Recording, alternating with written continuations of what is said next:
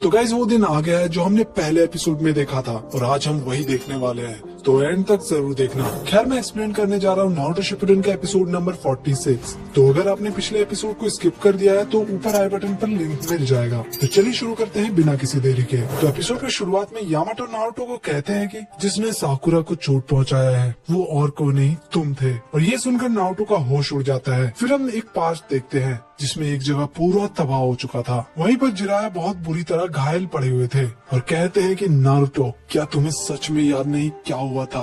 Present में हम देखते हैं कि नारुतो कहता है इसका मतलब वो ब्रिज और वो बड़ा सा गड्ढा। यामाटो कहता है कि हाँ वो सब तुमने किया था। फिर नारुतो कहता है कि साकुरा का चोट भी। यामाटो कहते हैं कि हाँ वो भी, और बताते हैं कि साकुरा ने ये तुम्हें नहीं बताया होगा क्योंकि वो तुम्हें ब्लेम नहीं करना चाहती है और ये मेरी भी गलती की वजह से हुआ है और मैं इस टीम का कमांडर हूँ क्योंकि मुझे इस काम के लिए चुना गया था। मेरे पास कुछ पावर्स है जिससे मैं 9 टेल का चाकरा को कंट्रोल कर सकता हूँ। तो जब तक मैं तुम्हारे साथ हूँ तो तुम्हें कुछ नहीं होगा, लेकिन मुझे पता नहीं कि ये सब बताना ठीक रहेगा या नहीं। ये पावर तुम्हें सासुके जितना पावरफुल बना देगा, लेकिन ये पावर तुम्हारा नहीं है, 9 टेल का है। अगर तुम ऐसे ही इसे यूज करते रहे तो तुम खुद को नुकसान पहुंचाओगे और साथ ही साथ अपने आसपास के लोगों को भी। लेकिन ये सब तुम्हें ऑलरेडी पता है ना? फिर भी तुम उस पावर को यूज करते हो। मैं तुम्हें जानता हूँ, तुम खुद बहुत पावरफुल हो नारुतो, और अगर तुम सासुके को बचाना चाहते हो तो अपना पावर का यूज करो, ना कि 9 टेल का। फिर नारुतो कहता है कि ठीक है मैं समझ गया।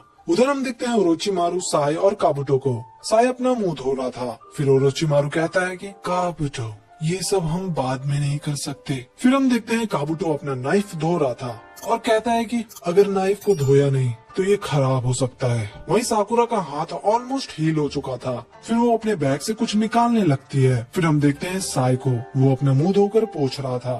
तभी उसे कुछ याद आता है और अपना बैग चेक करने लगता है। वहीं साकुरा साय का वो पिक्चर बुक निकालती है और उस बुक को खोलकर देखने वाली थी। फिर उसे याद आता है कि जब साय कह रहा था तुम सब आगे जाओ, थोड़ी देर में मैं आ जाऊंगा। तभी साकुरा साय का पिक्चर बुक देखती है और कहती है कि क्या मैं इसे देख सकती हूँ, पर साय मना कर देता है। फिर प्रेजेंट में फाइनली साकुरा वो पिक्चर बुक को खोलकर देख लेती है। उधर साय अपने बैग में वो बुक ढूंढ रहा था, लेकिन उसे कुछ नहीं मिलता और मन में सोचता है कि वो बुक शायद वहीं पर गिर गया होगा। ये देखकर ओरोचिमारू कहता है कि क्या हुआ साय, कुछ प्रॉब्लम है? साय कहता है कि नहीं सब ठीक है। फिर काबुटो कहता है कि लॉर्ड ओरोचिमारू जब हम पहुंच जाएंगे तो मुझे कुछ सामान चाहिए। ओरोचिमारू कहता है कि वो चीज हमारे स्टॉक में होगा शायद। वैसे तुम्हारा ब्लड ग्रुप ए है ना?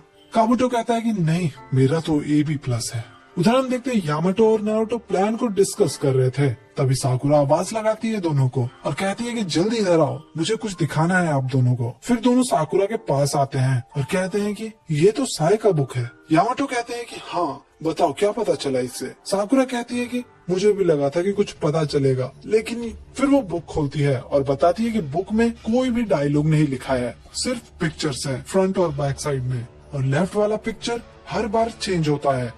नारुतो फिर कुछ नोटिस करता है और कहता है जरा इसका आउटफिट तो देखो, और ये इसका वेपन देखो जरा, ये पिछले पेज वाले का है। यामाटो कहते हैं कि अच्छा तो ये एक स्टोरी है यंग बॉय का जो हर फाइट के बाद और ताकतवर होता जा रहा है। साकुरा कहती है कि और हर फाइट के बाद वो अपने ओपोनेंट का वेपन ले लेता है। फिर साकुरा कुछ नोटिस करती है बुक में फ्रंट साइड पे देखने पर एक व्हाइट बॉय का ड्राइंग रहता है जो हर लेफ्ट पेज में बना हुआ था। तभी नारुतो कहता है कि अगर ऐसा है तो फिर बुक के मिडिल में क्या होगा। फिर साकुरा उस बुक का मिडिल पेज निकालती है। उधर हम देखते हैं टीम ओरोचिमारू अपने हाइड आउट की ओर जा रहे थे। वहीं साकुरा बुक का मिडिल पेज में देखती है, उसमें बस एक साइड का ड्राइंग बना हुआ था और कहती है कि इसमें तो इसका फेस भी नहीं बना है। तभी नारुतो कहता है कि जरा देखो इस ड्राइंग को, ये बिल्कुल साय के जैसा है। साकुरा कहती है कि हाँ सही कहा तुमने, लेकिन ये व्हाइट बाल वाला कौन है? तभी साकुरा को याद आता है जब साय बता रहा था कि ये बुक उसके भाई का है। उधर हम देखते हैं ओरोचिमारू अपने हाइड आउट में पहुंच चुका था और फिर वो उस गुफा का दरवाजा खोलता है और कहता है कि तू चले। फिर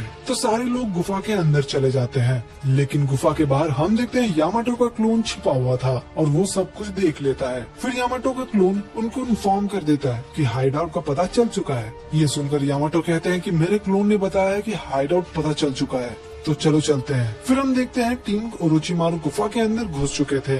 थोड़ी देर चलने के बाद साय को कुछ दिखता है और वो थोड़ा घबरा जाता है देखकर, और हमें दिखता है कि सास के अंदर बैठा हुआ था और वो कहता है कि तुम बहुत लेट हो गए। तो गाइस नेक्स्ट एपिसोड बिल्कुल भी मिस मत करना।